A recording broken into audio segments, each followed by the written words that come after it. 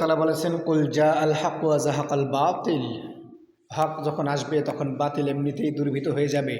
এই জন্য যারা আউল ফাউল বাউল যারা কি করবে, আমার আল্লাহকে নিয়ে কটূক্তি করবে, আমার আল্লাহর বিরুদ্ধে কথা বলবে, তাদের কিন্তু বিরুদ্ধে আমাদেরকে সবসময় রুখে দাঁড়াতে হবে এবং অচিরেই এদের দৃষ্টান্তমূলক শাস্তি আমরা দিতেই হবে ইনশাআল্লাহ। দৃষ্টান্তমূলক শাস্তি আমরা চাই। বর্তমান অভ্যন্তরীণকারী সরকার প্রফেসর ডক্টর ইউনূস সাহেবকে আমরা আমি বলতে চাই যেন আমাদের আল্লাহকে নিয়ে যারা কটূক্তি করছে, আমার আল্লাহর বিরুদ্ধে যারা কথা বলছে, এদেরকে অবশ্যই বিচারের আওতায় আনতে হবে। যদি না আনি, ভবিষ্যৎ কিন্তু আরও এরকম মানুষ কি করবে, উঠে লেগে পড়ে লাগবে, ইসলামের বিপক্ষে কথা বলবে, আল্লাহর বিপক্ষে কথা বলবে, নবীর বিপক্ষে কথা বলবে। এই জন্য এখনই সময় আমাদের একটা সর্বোচ্চ তাদের শাস্তি দেওয়ার এবং শাস্তির আহ্বান করার, এবং শাস্তি আমরা চাই অবশ্যই যেন তাদেরকে শাস্তি দেওয়া হয়।